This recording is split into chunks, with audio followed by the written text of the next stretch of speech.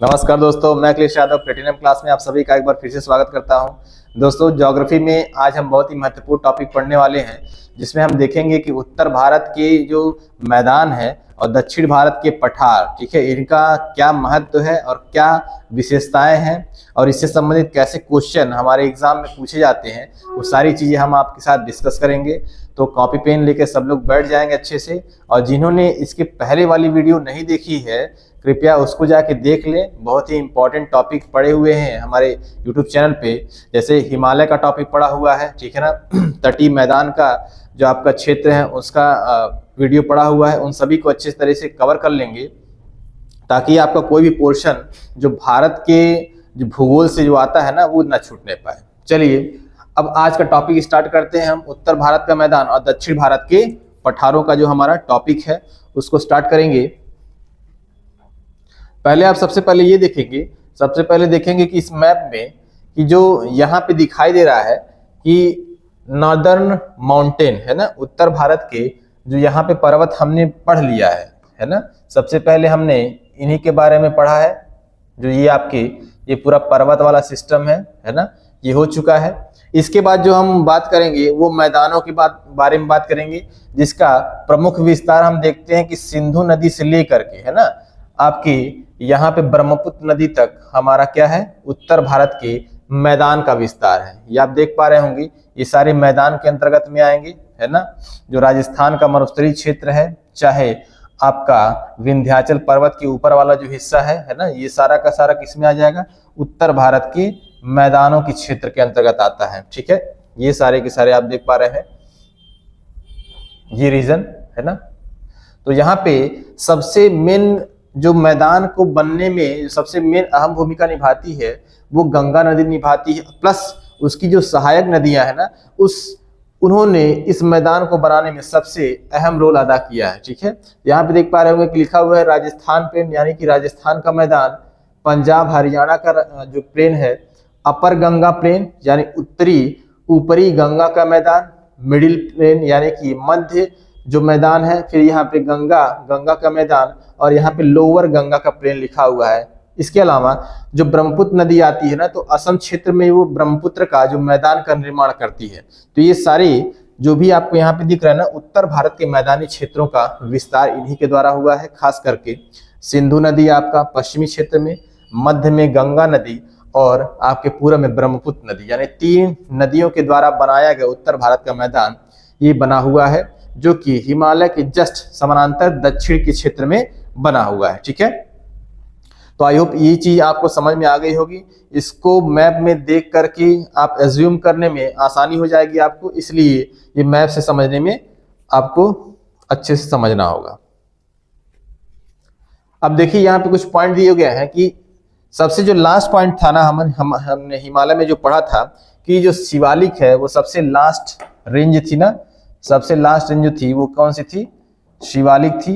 अब इसमें शिवालिक के बाद जो दूसरी सबसे समानांतर श्रेणी आती है ना, शिवालिक के समांतर दक्षिण में उत्तर भारत के मैदान का विस्तार है। जैसे ही शिवालिक खत्म होता है तो उसके निचले क्षेत्रों से मैदान का विस्तार स्टार्ट हो जाता है, और उन मैदान और हिमालय के बीच में जो बीच का जो गैप है ना, उसे कहते हैं हिमालयी फ्रंटियर भ्रंश। आपसे पूछेगा कि हिमालय और उत्तर भारत के मैदान को अलग करने में कौन सा भ्रंश आता है, तो आप कहेंगे हिमालयन फ्रंटियल फॉल्ट आता है। क्या है, हिमालयी फ्रंटियल फॉल्ट या हिमालयी फ्रंटियल भ्रंश आता है। ठीक है ना।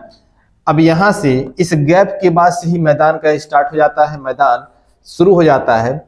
अगर आपसे मान लीजिए पूछ लेता है कि मैदान किसे कहते हैं भाई, तो देखिए स्थलखंड का ऐसा क्षेत्र ना जो 500 फीट से कम ऊंचाई वाला हो और प्लेन हो, उसको क्या कहेंगे, उसको हम मैदान कहते हैं। यानी इस ऐसे स्थलखंड के क्षेत्र जो 500 फीट से कम ऊंचे हो, समतल हो, है ना, उसे हम मैदान की श्रेणी में रखेंगे। क्या कहेंगे, मैदान कहेंगे। इसी प्रकार का हमारा उत्तर भारत का मैदान है। क्या है, उत्तर भारत का मैदान कुछ इसी प्रकार से है, नदर्न इंडियन प्लेन। ठीक है, नदर्न इंडियन प्लेन।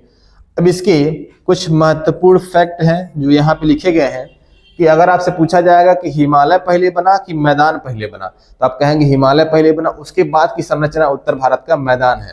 क्योंकि मैदानों के बनने में कहीं न कहीं मिट्टी का इस्तेमाल हुआ है, और जो पर्वत से जो कंकड़ पत्थर बजरी लाखों साल तक घिसते पीटते रहे, और उन्हीं का जो आगे का रूप दिखेगा ना, वही हमें मैदान के रूप में दिखता है।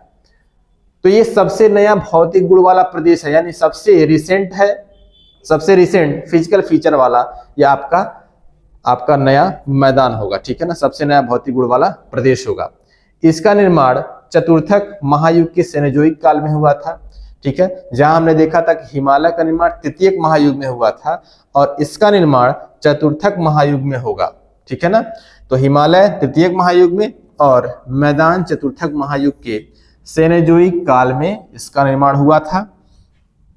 अगर आपसे पूछा जाए कि भारत के 6 भौतिक प्रदेशों में सबसे उपजाऊ क्षेत्र कौन सा है, ठीक है, सबसे उपजाऊ भौतिक प्रदेश कौन सा है, तो आप कहेंगे कि उत्तर भारत का मैदान सबसे उपजाऊ क्षेत्र है, सभी भौतिक प्रदेशों में सबसे उपजाऊ क्षेत्र है, यानी मोस्ट फर्टाइल एरिया आपका ये आ जाता है। आपको बताया कि जो उत्तर भारत का मैदान है ना, वो 3 नदी प्रणालियों के द्वारा बनाया गया है, 3 नदी प्रणालियों, जिसमें सबसे महत्वपूर्ण आपकी गंगा है, सिंधु और ब्रह्मपुत्र नदी है। ये 3 रिवर सिस्टम बेस्ड आपका प्लेन्स है, और ऐसा नहीं कि केवल 3 नदियां ही हैं, 3 नदी सिस्टम है ये। बाकी इनकी जितने भी आपकी सहायक नदियां हैं ना, वो सारी की सारी इस मैदान को बनाने में सबकी सब सहायता करती हैं, जिसके द्वारा इतना बड़ा और इतना विस्तृत क्षेत्र में हमारा उत्तर भारत का मैदान बन पाया है। अगर बात करें क्षेत्रफल की, ठीक है, तो क्षेत्रफल में हमने देखा था कि जब हिमालय पढ़ रहे थे उसमें देखा था कि हिमालय का जो एरिया था ना, वो 5 लाख वर्ग किलोमीटर यानी 5 लाख स्क्वायर किलोमीटर के एरिया में फैला हुआ था। वहीं मैदानों का अगर क्षेत्रफल देखेंगे ना, तो 7 लाख वर्ग किलोमीटर यानी 7 लाख वर्ग किलोमीटर के एरिया में हमारा उत्तर भारत का मैदान फैला हुआ है, ठीक है।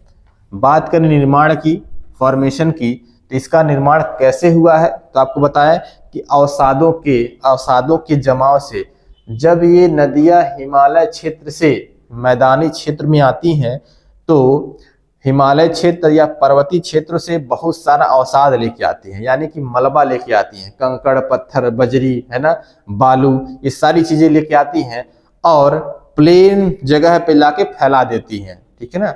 उन्हीं के द्वारा इन मैदानों का निर्माण हो जाता है। तो फॉर्मेशन इनका कैसे हुआ है, अवसादों के जमाव से यानी डिपोजिशन ऑफ सेडिमेंट से उत्तर भारत के मैदान का निर्माण हो जाता है। इसके अलावा अगर बात करें, जैसे आप कंपैरेटिव अगर पढ़ाई करते हैं, है ना, अगर आप इससे कंपेयर करके हिमालय को पढ़ते हैं ना, तो आपका ये बहुत अच्छे से तैयार होगा और जल्दी तैयार होगा। जैसे हमने लंबाई हिमालय की बताई थी, अब यहाँ पे भी लंबाई का टर्म आया है। हमने एरिया हिमालय का भी बताया था, तो एरिया यहाँ पे भी आया है। तो दोनों को जब कंपेयर करके देखेंगे ना, तब आपको ज्यादा दिन तक याद रहेगा वो चीजें, ठीक है। तो लंबाई की बात करें तो लंबाई इसकी कितनी है, लंबाई है 3200 मीटर, 3200 यहाँ पे किलोमीटर है, ये है आपका किलोमीटर, 3200 किलोमीटर। फिर आपसे पूछे कि बताइए हिमालय की लंबाई कितनी है, हिमालय की लंबाई कितनी है, तो हिमालय की लंबाई मैंने बताया था कि 2400 किलोमीटर, कितना है, लगभग 2500 किलोमीटर, और ये है आपका 3200 किलोमीटर। तो ये कहीं ना कहीं हिमालय क्षेत्र से बड़ा है ना इसकी लंबाई, और इसका क्षेत्र भी बड़ा है, इस बात को आप ध्यान रखेंगे। वही बात करें कि चौड़ाई की, तो इसकी चौड़ाई कितनी है, तो चौड़ाई इसकी देखिए 150 से 300 किलोमीटर, ठीक है, 150 से 300 किलोमीटर, यानी कम से कम 150 है और अधिक से अधिक 300 किलोमीटर इसकी चौड़ाई है, इसकी चौड़ाई है। फिर बात करेंगे, अब बताओ हिमालय की चौड़ाई कैसी थी, तो हिमालय का देखा था हमने 100 से 500 के दायरे में था, कितना था, 100 से 500 किलोमीटर, जबकि जो 500 की जो चौड़ाई थी ना, वो पश्चिम में थी और पूरब में वही चौड़ाई घटते घटते 100 के करीब पहुंच जाती है, ठीक है। इन सभी फैक्ट को आप याद करने की कोशिश कीजिएगा, अगर एक बार में न याद हो तो उसे पार्ट वाइज में करके याद करने की कोशिश कीजिएगा। अब यहाँ पे कुछ फिजिकल फीचर है ना, कुछ भौतिक गुण है उत्तर भारत के मैदानों की जो आपके लिए बहुत ही इंपॉर्टेंट है।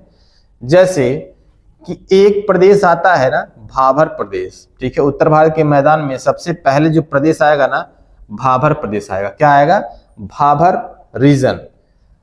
अब ये भाबर रीजन क्या होता है, देखिए अब हिमालय जैसे ही शिवालिक रेंज खत्म हुआ, शिवालिक रेंज खत्म होने के बाद आपका शिवालिक के बाद से शिवालिक के जो अवशेष रहेंगे, है ना, यानी कि जो पत्थर कंकड़ बोल्डर बड़े बड़े पत्थर रहेंगे, छोटे छोटे भी कंकड़ टाइप के रहेंगे, उन सभी रीजन को हम कहते हैं भाबर क्षेत्र, जो कि खैर मैदानी क्षेत्र में ही आएगा, लेकिन वो क्षेत्र कहलाता है भाबर प्रदेश।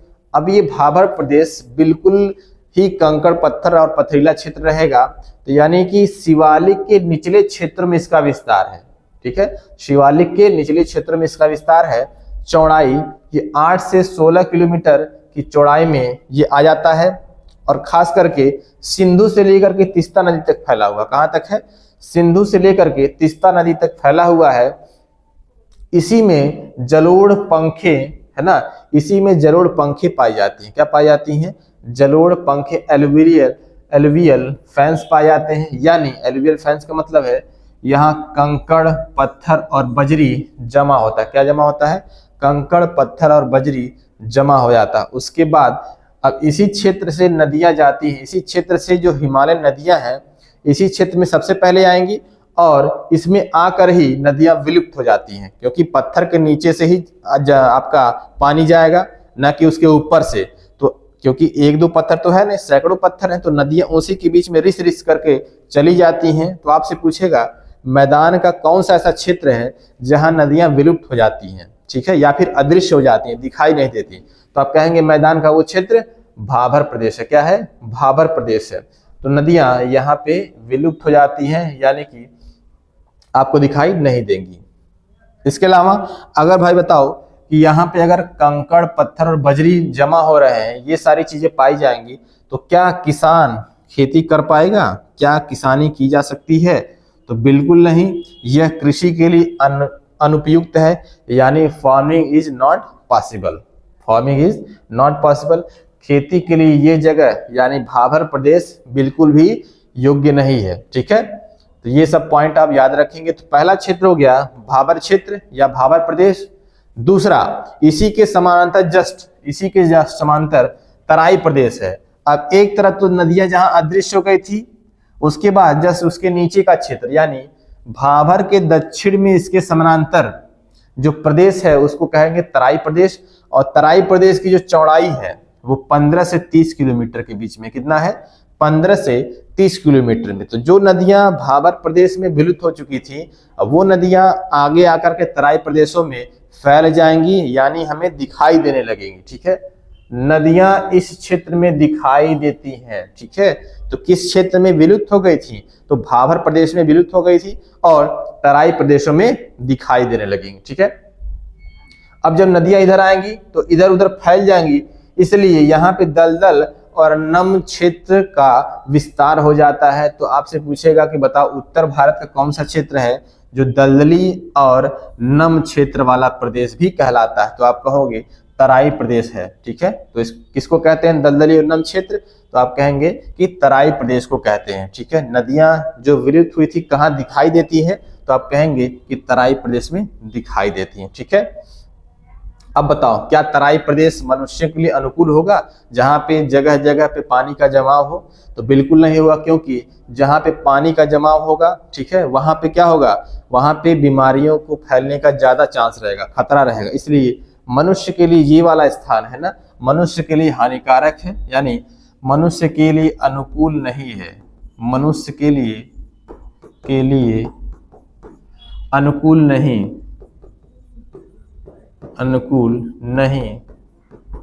ठीक है, क्यों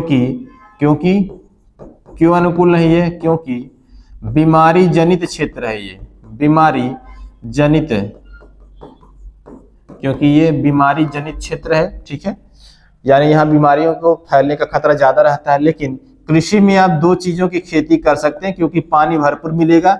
जैसे कि धान की खेती की जा सकती है, यहाँ पे धान की खेती की जा सकती है, गन्ने की खेती की जा सकती है। ठीक है, दो महत्वपूर्ण फसलें हैं, एक गन्ना उगाया जा सकता है, दूसरा आपका धान उगाया जा सकता है। किसमें? तो आप कहेंगे सर तराई प्रदेश में। किसमें? तराई। क्या मनुष्य के लिए अनुकूल परिस्थितियां प्रदान करता है ये क्षेत्र? तो बिल्कुल नहीं, ये प्रतिकूल है, अनुकूल नहीं है। ठीक है, तो ये चीजें थी आपकी तराई। तीसरा इसी के समांतर एक और क्षेत्र है जिसे हम कहेंगे कांप प्रदेश। तीसरा जो क्षेत्र है उसको क्या नाम देंगे? कांप प्रदेश। तीसरा है कांप प्रदेश। अब जैसे यहाँ पे आपको बना के दिखाएं कि ये मान लीजिए आपका पूरा का पूरा उत्तर भारत का मैदान है। ये पूरा का पूरा क्या है? उत्तर भारत का मैदान है। सबसे पहले जो आपको दिखाई देगा वो भाभर प्रदेश है, ठीक है। फिर उसके बाद तराई प्रदेश है और उसके बाद तीसरा आपका ये हो जाएगा कांप प्रदेश है, ठीक है ना। तो ये हो गया भाभर, ये हो गया तराई और सबसे नीचे जो होगा वो कांप रीजन होगा, ठीक है। यानी कि एलुवियल रीजन भी इसको कहते हैं। तो यहाँ देखेंगे कि जो कांप प्रदेश है ना ये सबसे उपजाऊ प्रदेश है। क्या है ये? Most fertile reason most fertile reason है। और इसे भी हम दो भागों में बांटते हैं। कितने भागों में बांटते हैं? दो भागों में बांटते हैं। दो भागों में बांटते हैं। एक मिनट, जरा गले में खराश आ गई है तो भाई चाय ले लेते हैं। यहाँ सर चाय लेके आ गए हैं, बहुत बहुत धन्यवाद आपका। तो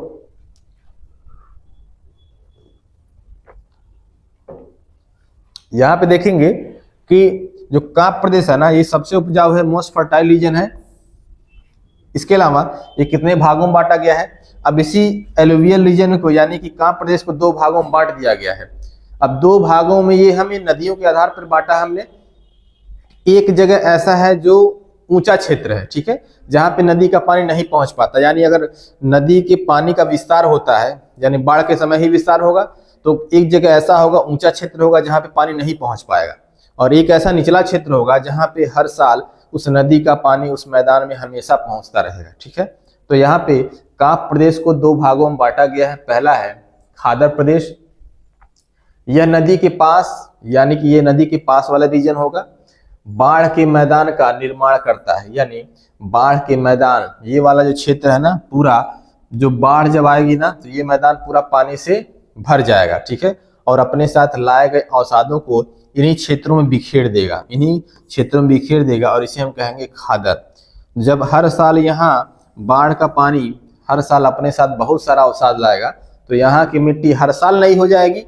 जब हर साल नई हो जाएगी तो यहाँ पे जो खनिज पदार्थ है ना, खनिज लवण होंगे मिट्टी में, वो हमेशा हमेशा उन्नत किस्म के पाए जाएंगे। इस वजह से जो खादर प्रदेश है ना ये हमेशा के लिए हमेशा सबसे अच्छी फसलों का पैदावार इसमें होगा, और जो भी फसलें इसमें बोई जाएंगी उनका पैदावार सबसे सर्वाधिक होगा। जितने भी हमने पढ़े ना, इतने क्षेत्र, भावर पढ़े, तराई पढ़े और जो कांप प्रदेश पढ़ रहे हैं, इसमें भी दोनों पार्ट होगा। सबसे ज्यादा उपजाऊ कौन होगा? इसमें सबसे ज्यादा उपजाऊ खादर प्रदेश ही होगा। इस बात को आप ध्यान रखिएगा। तो हमने पढ़ा कि खादर प्रदेश ये सबसे उपजाऊ होगा क्योंकि ये नदी के पास वाला क्षेत्र है। यहाँ बाढ़ का पानी हर साल आएगा, अपने साथ अवसाद लाएगा, खनिज लवणों की जो आपकी क्वालिटी होती है ना उसको हमेशा बढ़ाता रहेगा, इसलिए सबसे उपजाऊपन वाला क्षेत्र होता है। तो जब भाई ज्यादा उपजाऊ रहेगा तो खेती भी सबसे ज्यादा की जाएगी, तो खेती के लिए सर्वाधिक उपयुक्त रीजन माना जाएगा। एक हो गया खादर और दूसरा रीजन हो जाएगा बांगर। दूसरा क्या होगा? बांगर रीजन होगा। तो जो बांगर रीजन है ये देखिए एक नदी के पास वाला क्षेत्र और इसी का जुड़वा भाई लेकिन थोड़ा सा दूर रहेगा।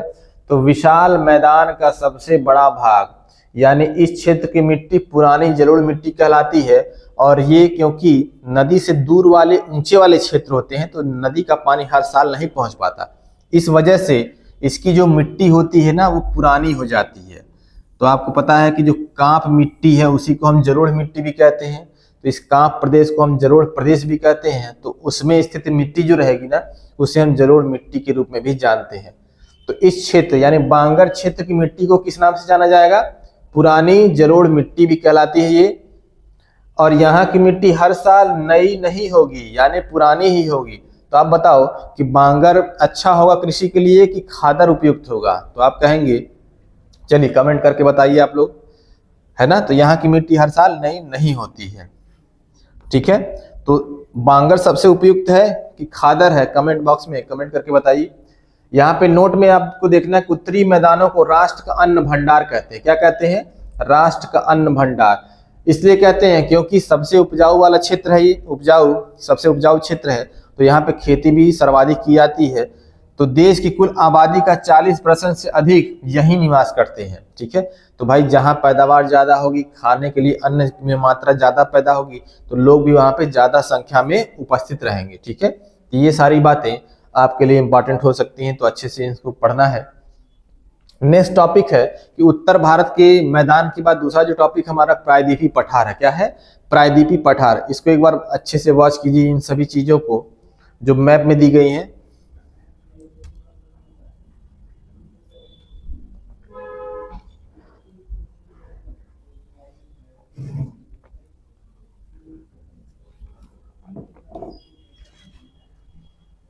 यहां पे देखेंगे कि प्रायद्वीपीय पठार पेनिनसुलर प्लेटू के बारे में हमारा नेक्स्ट जो पॉइंट है इसके ऊपर होगा। इसके बारे में हम चर्चा करेंगे, प्रायद्वीपीय पठार के बारे में। नाउ अब देखिए यहाँ पे एक एक करके बात करते हैं। जो यहाँ पे मैप में दी गई इंफॉर्मेशन है उसके बेस पे यहाँ पे बताते हैं आपको। यहाँ पे भारत के सबसे उत्तर पश्चिम वाले क्षेत्र में देखेंगे तो यहाँ पे एक मारवाड़ है ना, मारवाड़ का पठार दिख रहा हो। क्या नाम है इसका? केवल उन्हीं चीज को पॉइंट आउट करूंगा जो इस मैप में दिखाई दे रहा है आपको। उत्तर पश्चिम में मारवाड़ प्लेटू। तो मारवाड़ भाई कहाँ है? तो आप कहेंगे सर राजस्थान में। बिल्कुल सही। तो मारवाड़ प्लेटू राजस्थान में स्थित मारवाड़ प्लेटू स्थित है, और उसके जस्ट समानांतर दक्षिण है ना, दक्षिण पूरब में एक पठार है मालवा पठार। क्या है? मालवा पठार। ठीक है, तो मारवाड़ पठार, उसके बगल में मालवा पठार। जस्ट इसके ऊपर देखिए बुंदेलखंड का पठार। ठीक है, बुंदेलखंड का पठार, और इसी के बगल में बघेलखंड का पठार। कौन सा पठार है? बघेलखंड। तो यहाँ देख पा रहे होंगे आप, ये ट्राई जंक्शन के रूप में है। यहाँ पे देखिए ये तीनों एक दूसरे से जुड़े हुए हैं, है ना। आप देखेंगे कि ऐसे इस प्रकार से है ना, ये तीनों एक दूसरे से जुड़े हुए हैं। ठीक है, चाहे वो बुंदेलखंड का पठार हो, चाहे बघेलखंड का पठार हो, चाहे मालवा पठार हो, और मालवा से जुड़ा हुआ आपका ये मारवाड़ पठार। ठीक है, तो इस प्रकार से ये एक दूसरे से जुड़े हुए हैं। बघेलखंड के बगल में देखोगे जस्ट इसके नीचे यहाँ पे एक और पठार दिखाई देगा जिसे कहेंगे हम छोटा नागपुर का पठार। क्या कहेंगे? छोटा नागपुर का पठार। केवल अभी देखिए इनकी पोजीशन देखिए। अगर आपसे पूछ ही लिया जाएगा कि बता दो मालवा का पठार है ना, मालवा का पठार किन दो पठारों से जुड़ा हुआ है? किन दो पठारों से? एक से दो, तो बताओ। बुंदेलखंड से जुड़ा हुआ है, बघेलखंड से जुड़ा हुआ है। ठीक है, इसके अलावा एक पठार जो राजस्थान में है वो कौन सा है? मारवाड़। ये भी आपका मालवा पठार से जुड़ा हुआ है। बघेलखंड से छोटा नागपुर पठार जुड़ा हुआ है। अब आते हैं पूर्वोत्तर भारत में जो मेघालय का पठार है ना, उसे कहेंगे शिलोंग पठार। क्या कहेंगे? शिलोंग प्लेटू। शिलोंग प्लेटू, शिलोंग प्लेटू भी आपका इस प्रायद्वीपीय पठार का ही हिस्सा है। इस बात को ध्यान देना है। अब आ जाइए दक्षिण भारत की तरफ। यहाँ पे देखेंगे ये आपका भारत का सबसे लार्जेस्ट प्लेटू है, जिसको हम कहते हैं डेक्कन प्लेटू। क्या कहते हैं? डेक्कन प्लेटू कहते हैं। अब इस डेक्कन प्लेटू में ये देखिए एक और पठार आके जुड़ा हुआ है, इसको कहेंगे हम कर्नाटका प्लेटू। क्या कहेंगे? कर्नाटका प्लेटू। एक और पठार है जो तेलंगाना में स्थित है, इसको हम कहेंगे तेलंगाना प्लेटू। तेलंगाना प्लेटू। और इसी के बगल में एक और प्लेटू है जिसे कहेंगे दंडकारण्य, जो छत्तीसगढ़ में है। इसका नाम क्या है? दंडकारण्य प्लेटू। क्या नाम है? दंडकारण्य प्लेटू। तो ये जितने भी महत्वपूर्ण आपके पठार हैं भारत में ना, इन सभी को आप केवल एक नजर में देख लेना है। बाकी सारी की सारी इंफॉर्मेशन थ्योरी के फॉर्म में आगे की स्लाइड में हमको देखने को मिलेगा। ठीक है, तो मारवाड़ एक बार फिर से देखते हैं। मारवाड़, ठीक है, मैं इसको इरेज कर देता हूं इसको। ठीक है, जो भी यहाँ पे था आप देखेंगे, एक बार फिर से रिवाइज कर लेते हैं इनको, कि उत्तर पश्चिम में मारवाड़ है। ये मारवाड़, मालवा, बुंदेलखंड, बघेलखंड, छोटा नागपुर पठार, शिलोंग पठार, डेक्कन प्लेटू, कर्नाटका प्लेटू, तेलंगाना प्लेटू यानी पठार, दंडकारण्य पठार। ठीक है, इन सभी की पोजीशन आप याद रखेंगे, बाकी इनकी थ्योरी हम आगे देखते हैं। चलिए अब इसमें देखिए भारतीय प्रायद्वीप के पठार है ना, हमारा टॉपिक क्या है? भारतीय प्रायद्वीप के पठार। सबसे पहली बात तो ये जानिए कि प्रायद्वीप किसे कहते हैं। ठीक है, इसके पहले भी मैंने बताया है कि प्रायद्वीप किसे कहते हैं। यहाँ पे डेफिनेशन वाइज भी आपको दिया गया। डेफिनेशन क्या है तीन ओर से जल से घिरा स्थलखंड यानी लैंड मास, ठीक है, तीन ओर जल से घिरा स्थलखंड या लैंड मास प्रायद्वीप यानी पेनिसुला कहलाता है। क्या कहलाता है? पेनिसुला कहलाता है। जैसे हमारे भारत के ये तीन तरफ है ना, इस प्रकार से, यानी यहाँ पे अरब सागर है, ये है आपका अरब सागर, ये है आपका अरब सागर, इधर है बंगाल की खाड़ी यानी बे ऑफ बंगाल है, बंगाल की खाड़ी है, बंगाल की खाड़ी, इधर आपका साउथ में है हिंद महासागर यानी इंडियन ओशियन है, हिंद महासागर है, ठीक है। एक तरफ, दो तरफ और तीन तरफ, इन तीन तरफ से घिरी हुई संरचना यही तो है पूरा, इसी को कहते हैं प्रायद्वीपीय भारत। क्या कहते हैं? प्रायद्वीपीय भारत या दक्षिण भारत का प्रायद्वीपीय हिस्सा, जो कि अरब सागर, बंगाल की खाड़ी और हिंद महासागर से अटैच्ड है, लगा हुआ है। तो तीन ओर से जल से घिरा स्थलखंड प्रायद्वीप कहलाता है, इस बात को ध्यान दीजिएगा। दूसरी बात, क्योंकि प्रायद्वीपीय पठार है तो दूसरा जो सेक्शन आता है प्रायद्वीप के बाद पठार है, तो प्लेटो किसे कहेंगे? तो 1000 मीटर से, है ना, कोई ऐसा स्थलखंड का भाग जो 1000 मीटर से, है ना, कम ऊंचे हो, उसको हम कहेंगे पठार। यानी 1000 मीटर से कम ऊंचे स्थलखंड को हम पठार कहते हैं। ध्यान देने वाली बात यह है कि पठार में चोटियां नहीं पाई जाती, जैसे हमने उसमें पढ़ा था ना पहाड़ में, तो पहाड़ की खास बात है कि उसमें ऊंचाई के साथ साथ उसमें चोटियां भी, शिखर भी पाए जाते हैं। और इसकी खास बात यह है कि ऊंचा तो होगा लेकिन बहुत ऊंचा नहीं होगा। कितना होगा? 1000 मीटर लगभग होगा। अब उसमें कुछ अपवाद वाले पठार भी हैं, जैसे तिब्बत का पठार है ना, पामीर का पठार है, तो वो पठार उस एक्सेप्शन में आ जाते हैं, ठीक है ना, क्योंकि वो बहुत ऊंचे ऊंचे पठार हैं। लेकिन मैक्सिमम आपको इसी रेंज के पठार देखने को मिलेंगे। तो 1000 मीटर से कम ऊंचे स्थलखंड को हम पठार कहते हैं। इसमें चोटियां नहीं मिलती हैं, इसमें हम शिखर या चोटियां नहीं मिलेंगी, शिखर नहीं मिलेंगे, शिखर नहीं मिलेंगे, यानी चोटियां इसमें नहीं मिलती हैं। ये चारों कोनों पर ऊंचे तथा मध्य का भाग सपाट होता है। तो ये जैसे मेज होता है ना, एक मेज की जैसे संरचना होती है, ठीक है। यानी यहाँ पे भी ये आपके चारों कोनों पे जैसे मेज का रहता है ना, डंडा लगा रहता है, चारों तरफ पाए रहते हैं, ठीक ऐसे ही इस पठार की भी संरचना होती है कि ऊपर का हिस्सा बिल्कुल सपाट रहता है और इसके चारों जो कोने होते हैं ना वो ऊंचे होते हैं, ठीक है। तो चारों कोनों पर ऊंचे तथा मध्य का भाग सपाट होता है। इसे हम टेबल लैंड क्या कहते हैं? टेबल लैंड भी कहते हैं। क्या कहते हैं? टेबल लैंड भी इसीलिए कहते हैं क्योंकि इसकी संरचना मेज की जैसी होती है। अब देखिए कि आंतरिक रूप से ये शांत प्रदेश कहलाते हैं। क्या कहलाते हैं? आंतरिक रूप से शांत प्रदेश कहलाते हैं क्योंकि इनके नीचे की जमीन बिल्कुल शांत हो चुकी है, किसी प्रकार का कोई भी डिस्टरबेंस नहीं है। यानी अगर इस प्रकार का अगर कोई धरती के नीचे का क्षेत्र है तो उसमें भूकंप आने की संभावना बहुत कम हो जाती है। इसलिए भारत के कौन से भौतिक प्रदेश हैं जहां पे भूकंप आने की सबसे कम संभावना है? तो आप कहेंगे आपके भारतीय प्रायद्वीप ही वो हिस्सा है जहां पे भूकंप सबसे कम आने का चांस बनता है, ठीक है। गोंडवाना भूमि का भाग है, ठीक है। जब देखिए जब पृथ्वी बन के तैयार हुई तो इसमें दो प्रकार की चीजें थी, एक तो पानी था और दूसरा क्या था? दूसरा था भाई स्थलखंड, ठीक है। तो जो स्थलखंड था ना उसे क्या कहा गया है? उसे कहा गया है पेंजिया, उसे कहा गया है पेंजिया। और जो पानी वाला क्षेत्र था ना उसे पेंथालासा कहा गया है। क्या कहा गया है? पेंथालासा।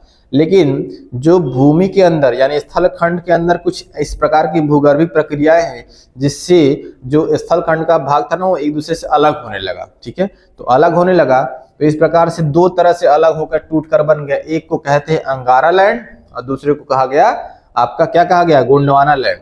तो हमारा जो भारतीय प्रायद्वीप है ना ये उसी गोंडवाना भूमि का हिस्सा है। किसका हिस्सा है? गोंडवाना भूमि का हिस्सा है।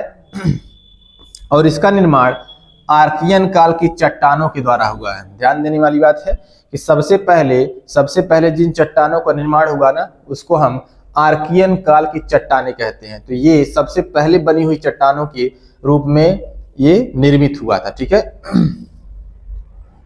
क्षेत्रफल की बात करें तो टोटल क्षेत्रफल, टोटल एरिया, अब यहाँ पे एरिया आया, इसके पहले हमने मैदान का एरिया भी देखा था। तो जो मैदान का एरिया था वो 7 लाख वर्ग किलोमीटर था, हिमालय का तो 5 लाख वर्ग किलोमीटर। अब यहाँ देखेंगे कि भारतीय प्रायद्वीप का एरिया कितना, तो 16 लाख वर्ग किलोमीटर यहाँ पे इसका एरिया हो जाता है, जो भारत के सभी भौतिक प्रदेशों में सबसे बड़ा एरिया कवर करता है। यानी क्षेत्रफल के अनुसार भारत का सबसे बड़ा भौतिक प्रदेश आपका ये होगा। सबसे बड़ा फिजिकल रीजन वाला क्षेत्र कौन सा हो जाएगा? तो आपका भारतीय प्रायद्वीप ही होगा। चलिए, इन सभी को अच्छे से अपने कॉपी में भाई नोट्स बनाइएगा। बात करेंगे कि ऊंचाई, औसत ऊंचाई इसकी कितनी है? औसत ऊंचाई कितनी है? तो अब देखेंगे 600 से 900 मीटर इसकी औसत ऊंचाई कितनी? 600 से 900 मीटर इसकी ऊंचाई है। अगर आकार की बात करेंगे तो इसका जो आकार है ना वो त्रिभुजाकार है, यानी ट्रायंगुलर शेप में इसका शेप है। तीन और पहाड़ियों से घिरा है, ठीक है। तीन और किससे घिरा हुआ है? पहाड़ियों से घिरा हुआ है। अगर यहीं पे अगर देख ले, है ना, तो यहाँ पे बहुत सारी पहाड़ियां हैं उत्तर भारत के क्षेत्र में, उत्तर वाले क्षेत्र में, और ये पूरा का पूरा प्रायद्वीपीय क्षेत्र है, ठीक है। तो यहाँ पे देखेंगे तीन और, एक और तो ये उत्तर का क्षेत्र हो गया। उत्तर में कौन कौन सी पहाड़ियां हैं? यहाँ पे तीनों डायरेक्शन दिया गया। उत्तर में अरावली है ना, अरावली, विंध्य, सतपुड़ा, बाड़मेर और राजमहल, ठीक है। ये इन सभी क्षेत्रों में उत्तर भारत में फैली पहाड़ियों से घिरा हुआ ये प्रायद्वीपीय पठार। दूसरा, अगर पश्चिम में आते हैं तो इस वाले रीजन में, है ना, इस वाले रीजन में ये पश्चिमी घाट पर्वत से जुड़ा हुआ है। पूरब में आते हैं तो पूर्वी घाट से जुड़ा हुआ है। तो आप देख पा रहे हैं कि तीन और, है ना, ये किससे घिरा हुआ है? पर्वतों से घिरा है। उत्तर में इन अरावली, विंध्याचल, सतपुड़ा, राजमहल, इन सभी पहाड़ियों से। पश्चिम में पश्चिमी घाट पर्वत से। पूरब में पूर्वी घाट पर्वत से घिरा हुआ है। तो यही चीज यहाँ पे लिखी गई है कि पश्चिम में पश्चिमी घाट, पूरब में पूर्वी घाट और उत्तर में इन सभी पहाड़ियों से ये घिरा हुआ है, ठीक है। और अब इसकी बात करेंगे कि क्या ये प्रायद्वीपीय पठार केवल एक ही पठार है? कि प्रायद्वीपीय पठार कह दिया कि भारत के प्रायद्वीप में पठारों का विस्तार है तो केवल बस पठार हो गया काम? नहीं, इसका अलग अलग क्षेत्रों में अलग अलग नाम भी है। जैसे आपको बताए थे ना, मारवाड़ पठार था सबसे पहले जो मैप दिखाया था, तो भारत के उत्तर पश्चिम क्षेत्र में मारवाड़ पठार है। जस्ट उसके बगल में उसका भाई मारवाड़ पठार। मध्य उच्च पठार, ये मध्य प्रदेश के ऊपर वाले हिस्से में देखेंगे, है ना, उसे हम मध्य उच्च पठार कहेंगे। फिर बुंदेलखंड का पठार जो कि उत्तर प्रदेश और मध्य प्रदेश की सीमा पर स्थित है, उसी का छोटा भाई बघेलखंड, है ना, ये भी उत्तर प्रदेश और मध्य प्रदेश की सीमा पर स्थित है। छोटा नागपुर पठार जो सबसे ज्यादा झारखंड में स्थित है, लेकिन छत्तीसगढ़, पश्चिम बंगाल, इन सभी क्षेत्रों में इसका देखा गया है रूप, ठीक है, यहाँ भी फैला हुआ है। तो सबसे ज्यादा लेकिन झारखंड में स्थिति देखी गई है। इसके अंतर्गत में देखिए बहुत सारे पठार आ जाएंगे, बहुत सारे पहाड़ियां आ जाती हैं छोटा नागपुर पठार के अंतर्गत में, जैसे हजारीबाग, रांची का पठार, राजमहल पहाड़ी।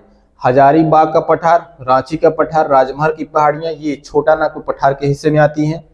इसके अलावा हमने पूर्वोत्तर भारत में देखा था कि मेघालय पठार, उस मैप में दिखाए थे ना, यहाँ पे था मेघालय पठार, जिसे हम शिलोंग पठार के नाम से भी जानते हैं। किस नाम से जानते हैं? शिलोंग पठार के नाम से भी जानते हैं।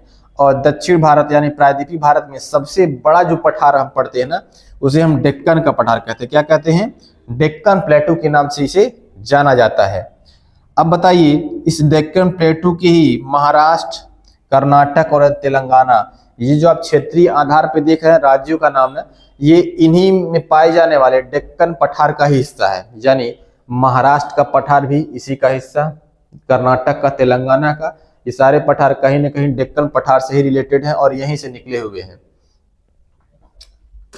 आगे बढ़ते हैं। अब देखेंगे कि एक एक पठार में जो खास बातें हैं उनको देखते हैं। सबसे पहले मारवाड़ पठार, ठीक है। अरावली पर्वत विश्व की सबसे प्राचीनतम पर्वत श्रृंखला, विश्व की सबसे प्राचीनतम पर्वत श्रृंखला मारवाड़ पठार अरावली के पूर्व में है ना, कहाँ पे है? राजस्थान में। दूसरा मालवा का पठार, मालवा पठार कहाँ भाई? मध्य प्रदेश और दक्षिण में पूर्वी राजस्थान। कहाँ है मालवा पठार? मध्य प्रदेश और दक्षिण पूर्व में राजस्थान, दक्षिण पूर्वी राजस्थान में फैला हुआ है।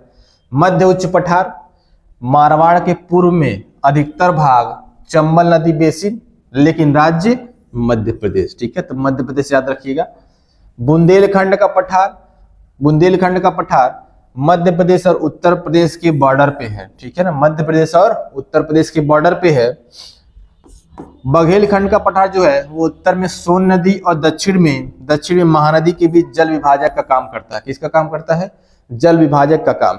यानी दो पठार आप ध्यान रखिएगा कि बुंदेलखंड और बघेलखंड के पठार है ना, दोनों जल विभाजन के रूप में जाने जाते हैं। अगर आपसे बात किया जाए कि वाटर रिजर्वायर या वाटर रिसोर्स के रूप में हम किन पठारों को, है ना, किन पठारों को देखते हैं या रखते हैं, तो आप कहेंगे बुंदेलखंड और बघेलखंड, ठीक है, यानी ये वाटर सिस्टम प्रोवाइड करते हैं। छोटा नागपुर पठार मोस्ट इंपॉर्टेंट, क्योंकि मिनरल्स या खनिज के दृष्टिकोण से देखेंगे तो छोटा नागपुर का पठार भारत का सबसे इंपॉर्टेंट पठार हो जाता है। ठीक, तो छोटा नागपुर पठार, इसका विस्तार सबसे ज्यादा मैक्सिमम कहाँ है, मैक्सिमम की बात करेंगे तो झारखंड में है। इसके अलावा छत्तीसगढ़, पश्चिम बंगाल में भी फैला हुआ है। कोयले का सबसे बड़ा भंडार, भारत में कोयले का सबसे बड़ा भंडार किस क्षेत्र में पाया जाता है, तो कहेंगे छोटा नागपुर पठार में। खनिज संसाधन का सबसे समृद्ध क्षेत्र कौन कहलाता है, तो छोटा नागपुर पठार कहलाता है। ठीक है, अब इस क्षेत्र से दो नदियां निकलती हैं, एक का नाम है दामोदर नदी, दूसरे का नाम है स्वर्ण रेखा नदी। एक का नाम है दामोदर नदी, दूसरे का नाम है स्वर्ण रेखा नदी। भाई अब बताओ तुम कि दामोदर नदी जो है वो किस घाटी से बहती है, तो कहोगे कि भ्रंश घाटी से बहती है, जिसको कहते हैं रिफ्ट वैली। क्या कहते हैं, रिफ्ट वैली कहते हैं। बंगाल का शोक किसे कहते हैं, जरा कमेंट करके बताइए, बंगाल का शोक किसे कहते हैं, कमेंट करके बताइए किस नदी को कहते हैं।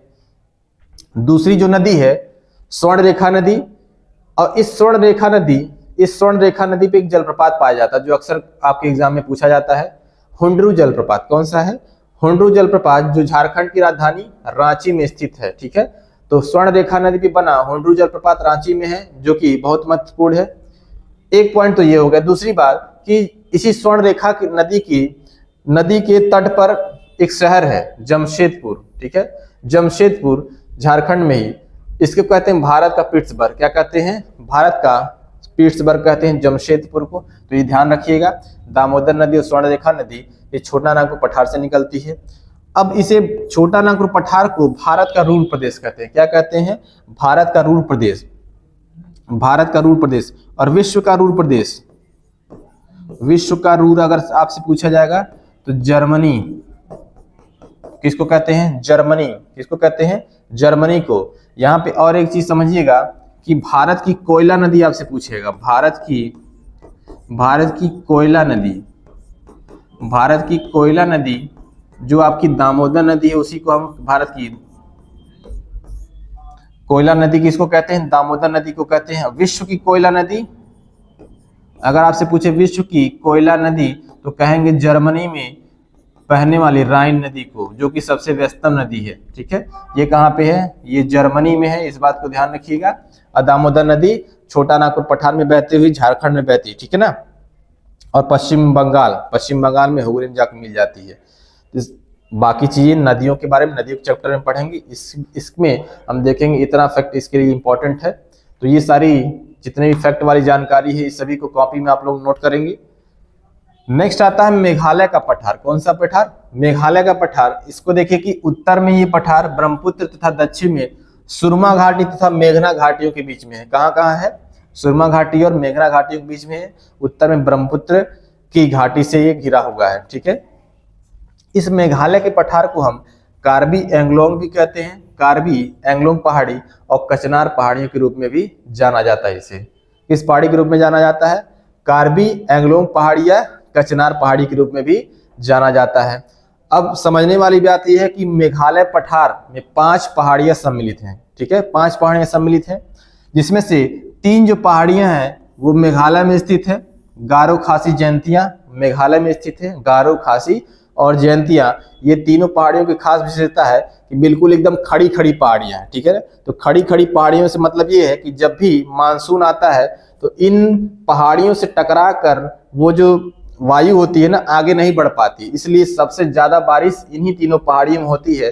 खास करके सबसे ऊंची इसमें खासी पहाड़ी है, जिसकी सर्वोच्च चोटी शिलोंग चोटी है, और इसकी हाइट आप देख पा रहे हैं 1961 मीटर है। ठीक है, और यही इसी खासी पहाड़ी पर आपको 2 स्थान देखने को मिलेंगे। एक का नाम है चेरापूंजी और दूसरा मासिन राम। क्या है, मासिन राम। 3 पहाड़ियां जिसमें खासी पे स्थित है आपका चेरापूंजी और मासिन राम। और अगर बात करें कि इन तीनों पहाड़ियों में सबसे ऊंची कौन है, तो खासी है। तो खासी की सबसे ऊंची चोटी शिलोंग चोटी 1961 मीटर। गारो खासी है ना, गारो पहाड़ी की सबसे ऊंची चोटी की बात करेंगे तो नोकरेक चोटी है। क्या है? नोकरेक चोटी, जिसकी हाइट 1416 मीटर है। कितनी है? 1416 मीटर है। तो हमने बात की कि 5 पहाड़ियां, तो 3 पहाड़ियां आपको बता दी कहाँ पे है, मेघालय में है। बाकी बची दो पहाड़ियां जो कि है मिकिर रेंगमा। कहाँ पे है? मिकिर रेंगमा जो है वो आपके असम राज्य में। कहाँ पे है? आपका असम में है। ध्यान देने वाली बात यह है कि ये जो 5 पहाड़ियों का नाम देख रहे हैं, ये 5 पहाड़ियां यहाँ की जनजातियों के नाम पे पड़ा हुआ। किसके नाम पे पड़ा हुआ है? जनजातियों। तो गारो, खासी, जयंती और मिकिर रेंगमा यहाँ की जनजातियां भी हैं। ठीक है। लास्ट पॉइंट है कि इस स्लाइड का कि राजमहल पहाड़ियों का हिस्सा है। ठीक है। अब देखेंगे कि ये जो शिलांग पठार या मेघालय पठार देख रहे हैं, ठीक है, इसके दक्षिण पश्चिम वाले हिस्से में राजमहल पहाड़ियों का विस्तार है। किसका विस्तार है? राजमहल पहाड़ियों का विस्तार है। इसी का आगे निकला हुआ भाग ही मेघालय पठार कहलाता है, जो कि हिमालय का पार्ट ना होकर के प्रायद्वीपीय भारत का पठार है। ठीक है ना, प्रायद्वीपीय पठार का हिस्सा ये माना जाता है। चलिए बढ़ते हैं आगे की तरफ। लास्ट है डेक्कन पठार। ठीक है, दक्कन का पठार भी इसे कहते हैं, डेक्कन प्लेटू है ये। अब भारत में सबसे बड़ा पठार की बात की जाएगी, कौन है, तो यहाँ पे नो डाउट नाम आना चाहिए डेक्कन प्लेटू का, यानी कि दक्कन के पठार का। क्यों ऐसा है? क्योंकि आपके जो बुंदेलखंड बघेलखंड का जो पठार है, वहां से लेकर के आपके तमिलनाडु तक पूरा जो विस्तारीकरण है जिस पठार का, उसी को हम दक्कन पठार के नाम से जानते हैं। और ये अलग अलग राज्यों में अलग अलग नाम से जाना जाता है। आप देख पाएंगे कि इसका जो एरिया है वो 5 लाख वर्ग किलोमीटर है। इसीलिए इसको हम क्या कहते हैं? भारत का सबसे बड़ा पठार की संज्ञा भी इसे दिया गया है। दूसरी बात कि इसका जो निर्माण हुआ है वो दक्कन ट्रैप से हुआ है। किससे हुआ है? दक्कन ट्रैप से, यानी अफ्रीकन प्लेट जब इंडियन प्लेट से अलग हो रही थी ना, तब इस पठार का निर्माण हुआ है। इसलिए इसे माना जाता है कि लावा चट्टानों के द्वारा ये दक्कन पठार बना है। ठीक है।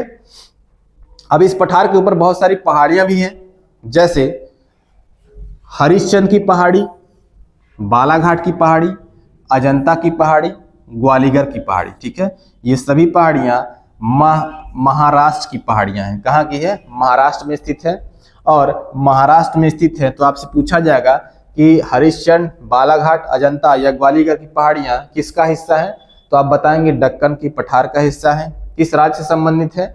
तो महाराष्ट्र राज्य से संबंधित है। अब इसी का उत्तर पूर्व में एक पठार निकला हुआ है जिसे कहेंगे दंडकारण्य का पठार। क्या कहेंगे? दंडकारण्य का पठार, जो मोस्टली छत्तीसगढ़ और उड़ीसा राज्य में स्थित। कहाँ पे है? छत्तीसगढ़ और उड़ीसा में स्थित है। यहाँ दंडकारण्य का पठार इसलिए फेमस है क्योंकि इसी का सब पार्ट है बस्तर का पठार। क्या है? बस्तर का। तो यहाँ पे समझिएगा कि दक्कन का पठार का हिस्सा दंडकारण्य का पठार, दंडकारण्य का हिस्सा बस्तर का पठार। बस्तर के पठार की क्वालिटी ये है, खास बात ये है, यहाँ पे टीन पाया जाता है। क्या पाया जाता है? टीन पाया जाता है। भारत में इसके अलावा और कहीं भी टीन का प्रोडक्शन नहीं किया जाता है, कहीं नहीं मिलता है। तो इसीलिए टीन का एकमात्र उत्पादक क्षेत्र कौन सा हो जाएगा? बस्तर का पठार। और बस्तर का पठार है आपका छत्तीसगढ़ में। कहाँ पे है? छत्तीसगढ़ में है। टीन का एकमात्र प्रोडक्शन वाला एरिया आपका यही है। क्योंकि ये लावा चट्टानों के द्वारा दक्कन का पठार बना हुआ है, इसलिए यहाँ पे पाई जाने वाली जो मिट्टी है वो काली मिट्टी है, ब्लैक सॉइल है। क्या है? ब्लैक सॉइल है। और काली मिट्टी है, इसलिए यहाँ पे जो प्रोडक्शन होता है, सबसे ज्यादा खेती होती है वो कपास की होती है। किसकी होती है?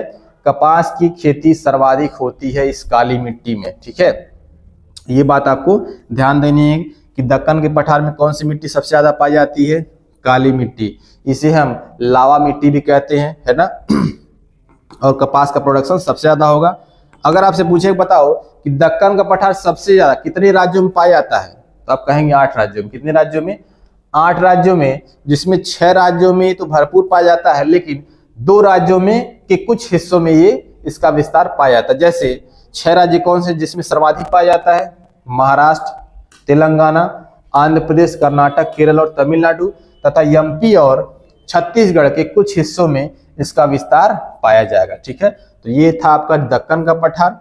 दक्कन का पठार जो कि सबसे ज्यादा एग्जाम में पूछा जाता है, भारत का सबसे बड़ा पठार कौन सा है, तो दक्कन का पठार है। यहाँ पे देखिए इस मैप में वो सारे की सारे जितने मैंने पठार बताए हैं वो सारे इस मैप में के थ्रू भी आप देख सकते हैं।